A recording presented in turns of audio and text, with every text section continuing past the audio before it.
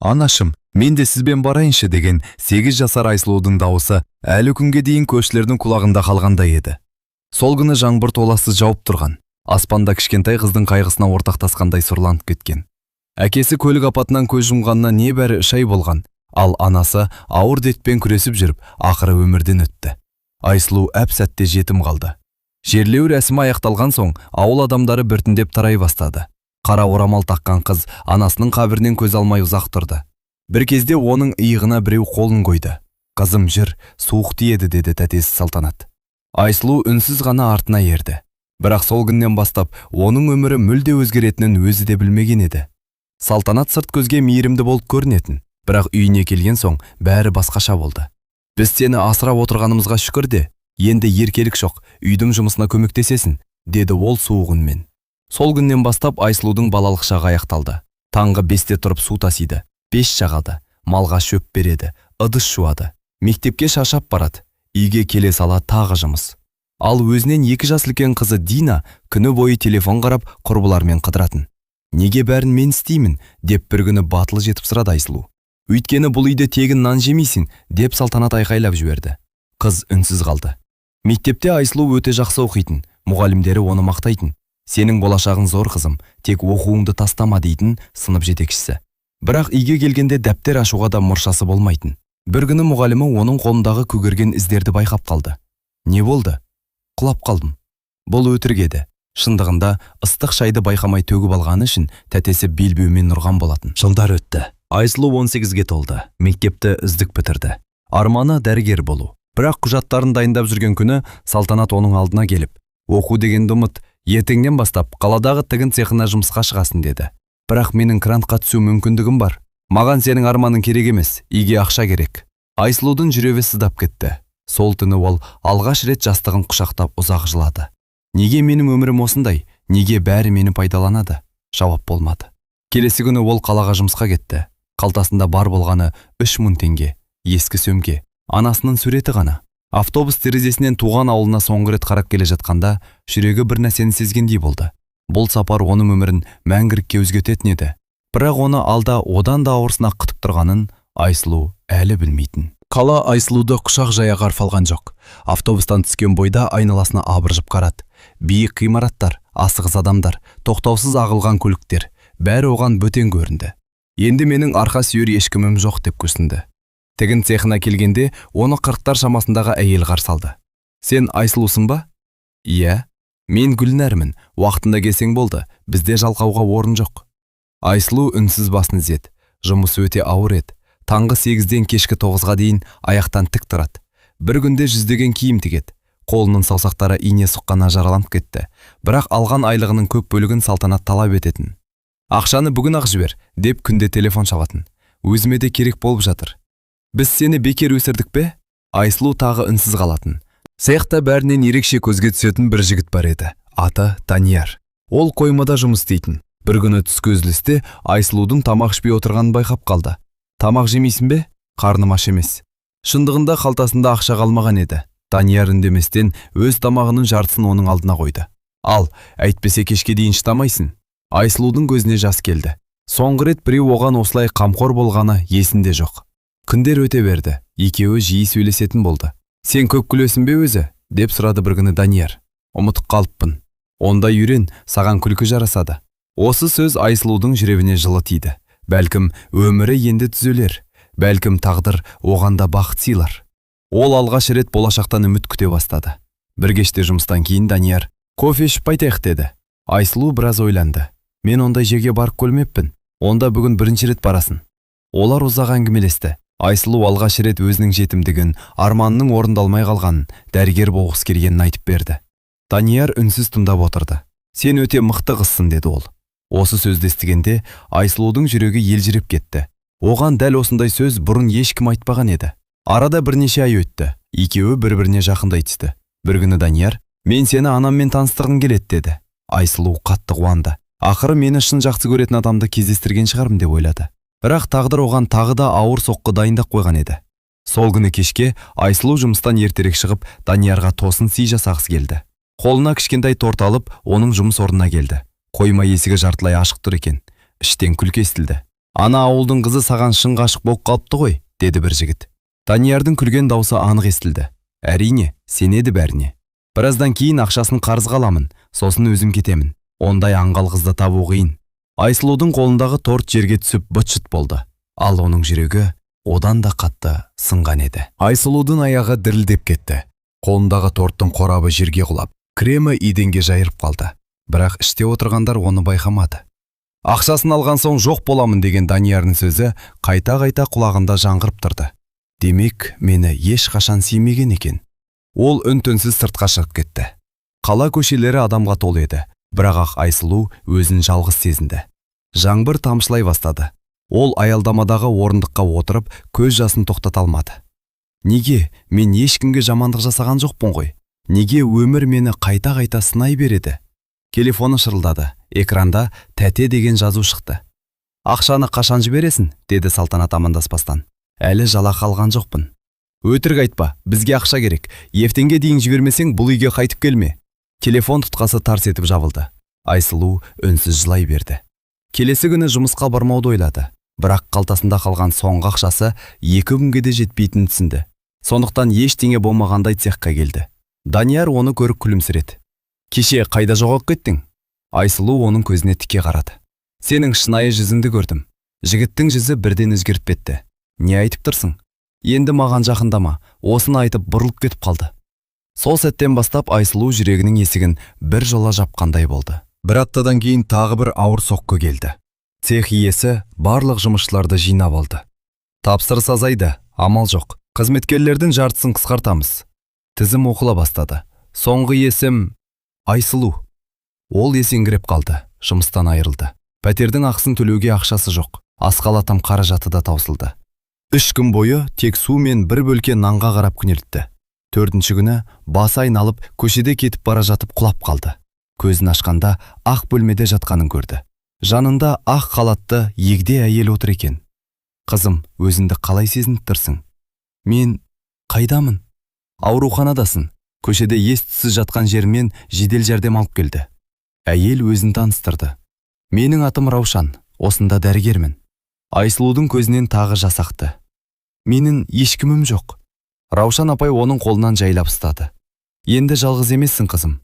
Осы қарапайым сөздер Айсұлудың жүрегіне ерекше жылылық сыйлады. Көп жылдан бері алғаш рет біреу оған анасының мейіріміндей мейірім көрсетті. Бірақ Раушан апай да оның өміріне кездейсоқ келмеген еді. Өйткені ол Айсұлудың мойнындағы кішкентай күміс алқаны көрген сәтте өңі өзгеріп кетті. Мұна алқаны саған кім берген?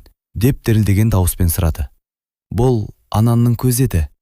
Өлерінде мойныма тағып кеткен.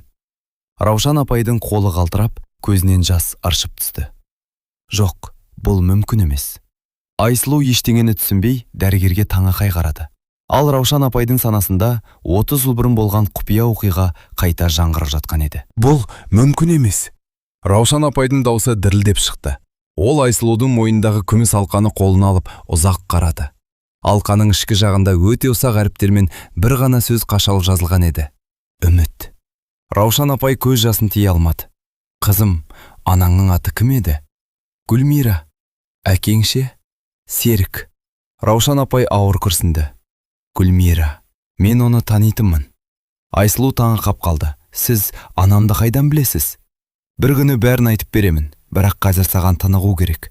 2 күннен кейін Айсұлу ауруханадан шықты. Баратын жері жоқ, жұмысы жоқ, ақшасы жоқ. Оның үнсіз тұрғанын көрген Раушан апай, егер қарсы болмасаң, біраз уақыт менің үйімде тұр.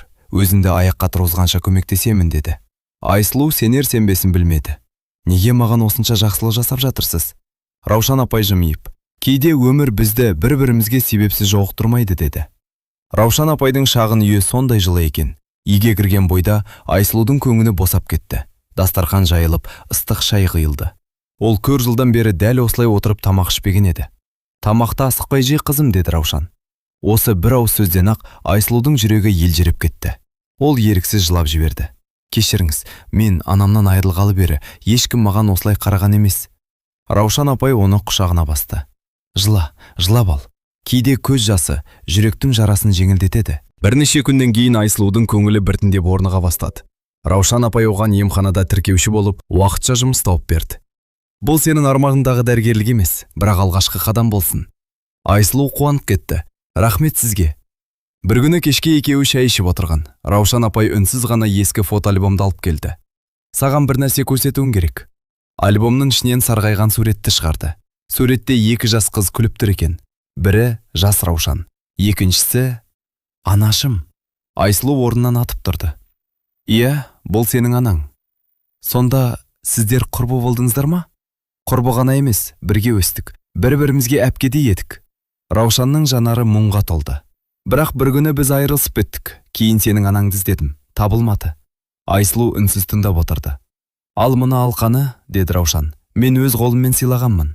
Айсұлудың жүрегі атқақтап кетті. Сонда сіз мені бала кезімнен білесіз бе? Жоқ қызым, сені алғаш бүгін көріп тұрмын, бірақ тағдыр бізді қайта жолықтырды. Дәл сол сәтте есіктің қоңырауы соғылды. Раушан апай барып ашты. Есіктің алдында 45 жас шамасындағы еңселі ер адам тұр екен. Сәлеметсіз бе әпке? Ержан, сен қайдан жүрсің? Шетелден кеше ғана келдім. Ер адамның көзі кенет Айсұлуға түсті. Ол бір сәт үнсіз қатып қалды. Бұл қыз... Ол жақындай түсіп Айсұлудың жүзіне ұзақ қарады. Жоқ, бұл мүмкін емес. Не болды? Деді Раушан. Ержанның ерні әрең қимылдады. Ол дәл Серікке ұқсайды. Айсұлудың жүрегі зу ете қалды. Өйткені Серік оның марқұм әкесінің есімі еді. Ал Ержан әкесін қайдан таниды? Ержанның өңі қашып кеткен еді. Ол Айсұлудан көзін ала алмай тұрды. Қызым, сенің әкеңнің аты шынымен Серік пе? Иә, туған жылы. Айсұлу айтты. Ержан екі қолымен бетін басып, терең күрсінді. Уақыт деген неткен жүйрік. Раушан апай үнсіз ғана оған қарады. Ержан, сен бірдеңе білетін сияқтысың. Білемін. Бірақ мұны айту маған оңай болмай тұр. Үшеуі дастархан басына отырды. Үйдің ішін ауыр үнсіздік жайлады. Ақыры Ержан сөз бастады. Серік екеуміз студент кезден дос болдық. Бір өзім нанды бөліп жейтінбіз. Ол өте адал адам еді. Айсұлудың көз алдына әкесінің ескі суреті елестеді. Әкеңнің бір арманы болатын, деді Ержан. Қызым дүниеге келсе, міндетті түрде оқытамын, дәрігер болады деп жиі айтатын. Айсұлудың көзінен еріксіз жас ақты. Мен де дәрігер болғым келген. Білемін. Сенің анаң бұл туралы маған бір хатында жазған. Хат? Иә, бірақ ол хат саған арналған еді. Айсұлу аң-таң болып қалды. Маған? Ержан басын изеді. Серік өмірден өтпей тұрып, маған бір конверт тапсырған. Егер маған бірдеңе болса, қызым ер жеткенде өз қолына бер деген.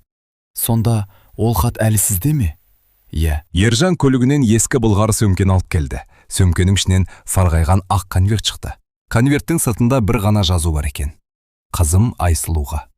Айсұлудың қолы дірілдеп кетті. Көз жасы тамшылап конвертті ашты. Ішінде әкесінің қолымен жазылған хат жатыр еді. Қызым, егер бұл хатты оқып отырсаң, демек мен жаныңда жоқпын. Ең бірінші білетінің, мен сені бәрінен артық жақсы көрдім. Өмір сені сынауы мүмкін, бірақ ешқашан өз арманымнан бас тартпа. Сен дәрігер боламын десең, міндетті түрде бол. Адамдарға жақсылық жаса. Бір күні сен мен мақтанатын қыз болатыныңа сенемін. Сені шексіз сүйетін әкең Серік. Хатты оқып болғанда Айсұлу өзін ұстай алмады. Ол еңіреп жылады. Өйткені өмірінде алғаш рет әкесінің өзіне қалдырған сөздерін оқып отыр еді. Сол түні Айсұлу ұзақ ойланды. Мен шынымен де арманымнан неге бас тарттым? Ол таң ата Раушан апайының жанына келді. Апай, иә қызым, мен оқуғым келеді. Раушан апай жымиып жіберді. Мен дәл осы сөзді күттім, бірақ ақшам жоқ. Ақша табылады, ең бастысы сенің ниетің. Бірнеше күннен кейін олар құжат жинай бастады. Айсұлудың бойына бұрын соңды болмаған сенім ұялады. Бірақ өтіркен өмірі оны әлі де жібергісі келмейтіндей еді. Сол күні кешке телефоны шылдады. Экранда бейтаныс нөмір. Тыңдап тұрмын. Ар жағынан таныс дауыс шықты. Айсұлу, бұл мен, Данияр. Қыздың жүрегі бір сәтке тоқтап қалғандай болды. Маған сенуің керек, мен саған бәрін түсіндіремін. Айсұлу үнсіз қалды. Бірақ дәл сол сәтте Даниярдың соңынан бір әйелдің айқайлаған дауысы естілді. Полиция, ешқайда қашпа! Байланыс үзіліп кетті. Айсұлу телефонын қолынан түсіріп алды. Данияр, полициядан неге қашып жүр? Ол бұл сұрақтың жауабын әлі білмейтін еді. Бірақ дәл осы қоңырау оның өміріне тағы бір үлкен құпияның есігін ашқалы тұрған болатын. Даниярдың қоңырауынан кейін Айсұлудың көңілі мүлде тынышталмады. Полиция неге оның соңынан түсті? Ол түнімен көзіле ырмады. Таңертең ауруханадағы жұмысына келгенімен ойы басқа жақта болды. Түске қарай Раушан апай оның көңілсіз отырғанын байқап, "Не болды қызым?" деп сұрады. Айсылу болған жайды түгел айтып берді. Раушан апай біраз үнсіз отырды. Кейде өткенді қайта ашудың қажеті жоқ. Бірақ егер шындықты білгің келсе, қорықпа. 2 күннен кейін Айсылу жұмыстан шығып келе жатқанда, алдынан 2 полиция қызметкері шықты. Сіз Айсылу Серік қызы боласыз ба? Иә, бізге сізден бірнеше сұрақ алу керек. Айсылудың жүрегі тарс-тұрс соға бастады. Мен бірдеңе білдірдім бе? Жоқ, бірақ сіз бұрын бірге жұмыс істеген Даниярға қатысты іс бойынша куәгерсіз. Полиция бөлімінде тергеуші бәрін түсіндірді. Данияр бірнеше қыздың сеніміне кіріп, олардың ақшасын алып жүрген. Ол жалғыз емес, ұйымдасқан топтың мүшесі болған. Айсылу үнсіз тыңдап отырды. Сізден ақша алып үлгерді ме? Жоқ. Демек, сіз аман қалған санаулы адамдардың бірісіз. Айсылудың денесі түршігіп кетті. Егер сол күні қоймадағы әңгімені естімегенде, өзі де сол қыздардың бірі болар еді. Бөлімшеден шыққан соң, Айсылу ұзақ уақыт саябақта отырды. Кенет жанындағы орындыққа орта жастағы әйел келіп отырды. Әйелдің көзі ісіп кеткен, қолында сурет бар екен. Қызым, сен Айсылусың ба? Иә, мен сені суреттен таныдым. Айсылу таңырқай қарады. Сіз кімсіз? Әйел көз жасын сүртіп, менің қызым да Даниярға алданып қалды. Бар жиған тергенін беріп қойған. Кейін шыдай алмай, өмірмен қоштасты. Айсылудың жүрегі шым ете қалды. Әйелдің даусы дірілдеп шықты. Егер сен куәлік берсең, басқа қыздар құтқарылар еді. Сол түні Айсылу көп ойланды. Бұрынғы өзі болса қорқып үнсіз қалар еді. Бірақ енді ол басқа адам болатын. Ертеңіне тергеушіге өзі хабарласты. Мен куәлік беруге дайынмын.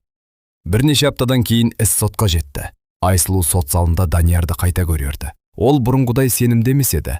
Қолына кісен салынған. Данияр Айсылуды көргенде, кешір мені. Мен шынымен сені жақсы көріп қалғанмын. Айсылу сабырмен жауап берді.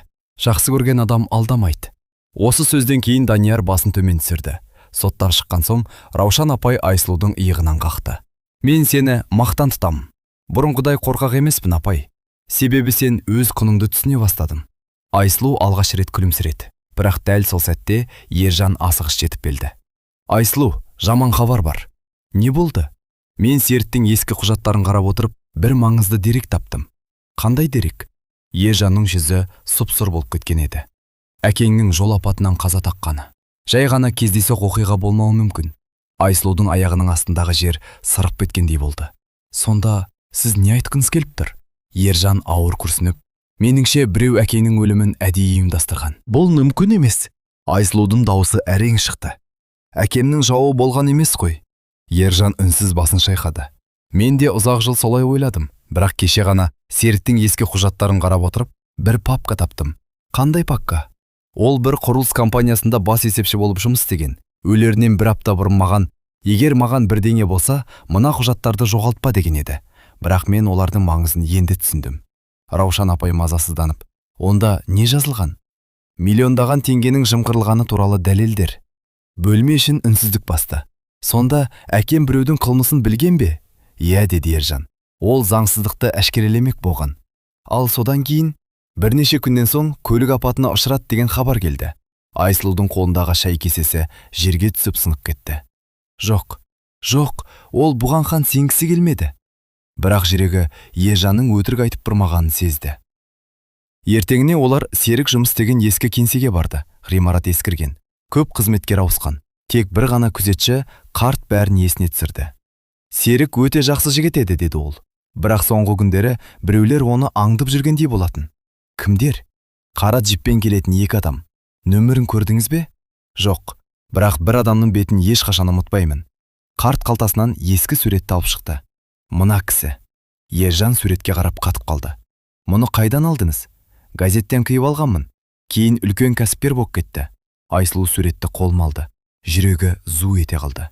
Бұл адамды ол бұрын көрген, бірақ қайдан? Сол күні кешке Раушан апайдың үйіне келгенде, қабырғадағы ескі суреттерге көз түсті. Бір суретте Раушан, анасы Гүлмира және тағы бірнеше адам тұр. Араларында дәл сол кәсіпкер күлімдеп тұр екен. Апай, Раушан жалт қарады. Мына адам кім? Раушанның өңі бірден өзгерді. Бұл Болат. Сіз оны танисыз ба? Иә, ол кезінде сенің әкеңнің бастығы болған.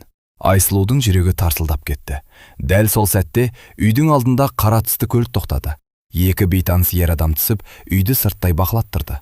Ержан терезеден қарап, бізді біреу аңдып жүр. Қайдан білдіңіз? Ана көлік таңертең кеңсенің жанында да тұрған. Раушан бірден жарықты сөндірді. Үшеуі үнсіз қалды. Көшеде көліктің есігі тарс жабылды. Біреу қақпаға қарай баяу келе жатты. Ал Айсұлу алғаш рет әкесінің өлімі өткеннің емес, әлде жалғасып жатқан қауіпті құпия екенін түсінді. Үйдің іші жым-жырт. Сырттан естілген аяқ дыбысы жақындай түсті. Тоқ, тоқ, тоқ. Қақпа баяу қағылды. Раушан апайдың жүзі бозарып кетті. Ешкім дыбыс шығармаңдар, деді ол сыбырлап. Айсұлудың жүрегі кеудесіне сыймай соғып тұрды. Ержан терезенің шетінен сығалақ қарады. Бір адам ғана екен. Танисың ба? Жоқ, бірақ түрі күмәнді. Қақпа тағы қағылды. Бұл жолы қаттырақ. Үйде адам барын білемін, ашық сөйлескім келеді, деген ер адамның даусы естілді. Үшеуі бір-біріне қарады. Бірнеше секундтан кейін Ержан батылданып сыртқа шықты. Кімсіз? Не керек? Қара күрте киген ер адам екі қолын көтерді. Сабы сақтаңыз, менің атым Асқар. Не үшін келдің? Мен кезінде Серікпен бірге жұмыс істедім. Ержанның көзі үлкейіп кетті. Мұны қайдан білдің? Өйткені мен де сол істің куәгермін. Бірнеше минуттан кейін Асқар үйге кірді. Ол қатты шаршаған адам бақсайтын. Мен ұзақ жыл үнсіз жүрдім, деді ол. Себебі қорықтым. Неден? Болаттан. Айсұлу үнсіз тыңдап отырды. Серік бухгалтерлік құжаттардан үлкен ұрлықты анықтады. Миллиондаған қаржы жалған фирмалар арқылы шығарылған. Сонда әкем бәрін әшкерелемек болды ма? Иә, бірақ оған мүмкіндік бермеді. Апат. Асқар басын төмен түсірді. Ол апат емес еді. Бөлме іші тып-тыныш болып қалды. Серіктің көлігінің тежегішін әдейі істен шығарған. Айсұлудың жүрегі шым ете қалды. Көзінен жас парлап кетті. Әкемді өлтірген. Иә, сіз мұны неге осы уақытқа дейін айтпадыңыз? Деді Айсұлу көз жасын сүртіп. Асқар үнсіз қалды. Менің де кішкентай қызым болды. Егер сөйлесем, олар отбасыма зиян тигізетінін айтты. Ал қазір қызым шетелде тұрады. Енді қорықпаймын. Асқар сөмкесінен флешка шығарды. Мұнда барлық көшірме сақталған. Не көшірме? Қаржы құжаттары, банктік аударымдар, Серіктің өз қолымен жазған жазбалары. Ержан флешканы қолын алды. Егер мұның бәрі рас болса, онда Болат түрмеге кетеді. Дәл сол кезде сырттан көлік дауысы естілді. Асқар терезеге жалт қарады. Кеш қалдық. Не болды? Олар келді. Терезеден қара түсті 3 көлік көрінді. Ішінен бірнеше ірі денелі адам түсті. Флешканы іздеп келді. Раушан апайдың өңі кетті. Полиция шақырайық. Асқар басын шайқады. Олар жеткенше кеш болады. Есік тарс-тарс соғыла бастады. Есік таршындар. Ержан Айсұлудың қолына флешканы ұстатты. Мұны ешкімге берме. Ал сіздерше?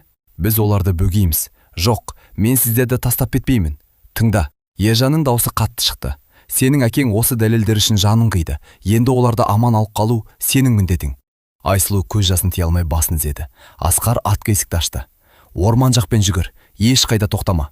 Дәл сол сәтте үйдің алдыңғы есігі қатты соққыдан сынып түсті. Бейтаныс адамдар үйге лап қойды. Айсұлу флешканы кеудесіне қысып, қараңғы түнге қарай жүріп кетті. Бірақ ол артында мылтықтың тарс еткен дауысын естіді. Сол оқтың кімге тигенін ол әлі білмейтін еді. Мылтық үні түн тыныштығын қағайырды. Айсұлу селк етіп тоқтай жаздады. Жүгір, артына қарама, деген Ержанның айға естілді. Көзінен жас парлаған қыз қараңғы орманға қарай бар күшімен жүгіре жөнелді. Жүрегі атқақтап, қолындағы флешканы кеудесіне қысып алған. Тек жоғалтпауым керек, әкемнің аманаты. Үйдің ішінде айғай-шу басталып кеткен еді. Асқар өзін есікке тастап, қарулы адамдардың жолын бөгеді. Флешка қайда?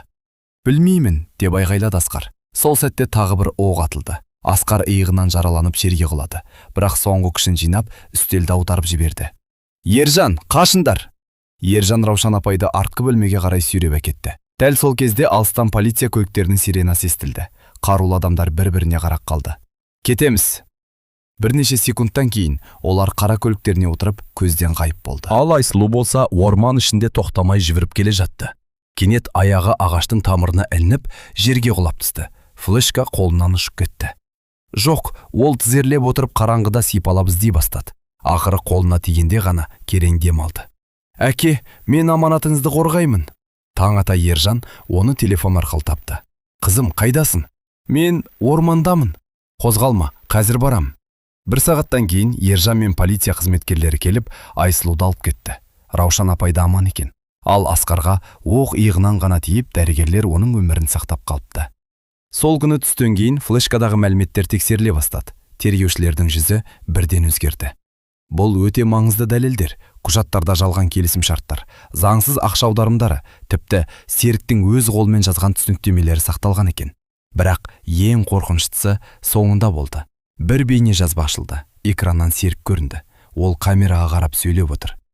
Егер бұл жазбаны көріп отырсаңыздар, демек менің өміріме қауіп төнді. Бұл істің артында Болат қана тұрған жоқ, оның жоғарыда да сыбайластары бар. Егер маған бірдеңе болса, қызымды қорғаңыздар. Айсұлу көз жасын тия алмады. Экраннан әкесі оған қарап тұрғандай көрінді. Бірнеше сағаттан кейін арнайы жасақ Болатты ұстауға аттанды. Бірақ оның зәулім үйіне барған кезде күзетшілер бір-ақ ауыз сөз айтты. Қожайын, 1 сағат бұрын жеке ұшағымен шетелге ұшып кетті. Тергеуші жұдырығын үстелге қойып жіберді.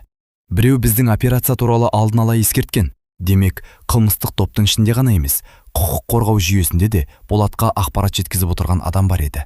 Ал бұл күрес енді ғана басталған болатын. Болат бірнеше ай бойы жасырынып жүрді. Бірақ шындықтың жолын ешкім мәңгіге бөгей алмайды екен.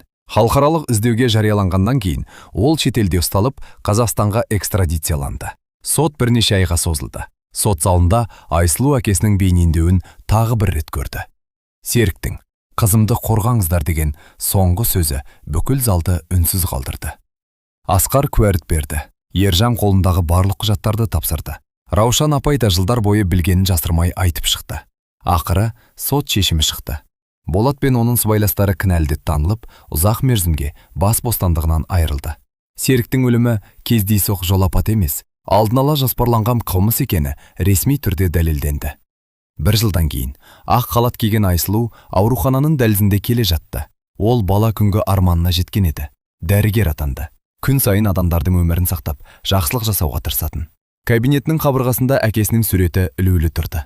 Әр жұмыс күні басталар алдында ол суретке қарап, «Әке, мен уәдемде тұрдым», деп күлімсірейтін. Раушан апай оған туған анасындай болып кетті. Ержан әрдайым жанынан табылды. Көп жылдар бойы жүрегінде жиналған ауырлықтың орнын енді тыныштық пен үміт басты. Айсұлу бір нәрсені анық түсінді. Өмір кейде адамды ең ауыр сынақтармен сынайды. Бірақ адам үмітін жоғалтпаса, адалдығынан таймаса, және жүрегіндегі мейірімін сақтай білсе, қараңғы түннің артынан міндетті түрде жарық таң атады. Әкесінің арманы орындалды. Анасының аманаты ақталды. Ал Айсұлу енді тағдырдың құрбаны емес, тағдырды жеңген жанға айналды. Бұл оқиға бізге бір ғана нәрсені еске салады. Ешқашан қиындыққа мойымаңыз. Ең қараңғы түннің артынан да күн шығады. Әділдік кешіксе де міндетті түрде келеді. Егер бұл әңгіме жүрегіңізге әсер етіп, сізге ой салса, бейне жазбаға лайк басып, пікіріңізді қалдырыңыз. Осындай әсерлі әрі тағылымды әңгімелерді жіберіп алмау үшін арнамызға тіркеліп, қоңырау белгісін қосуды ұмытпаңыз. Келесі кездескенше аман сау болыңыздар.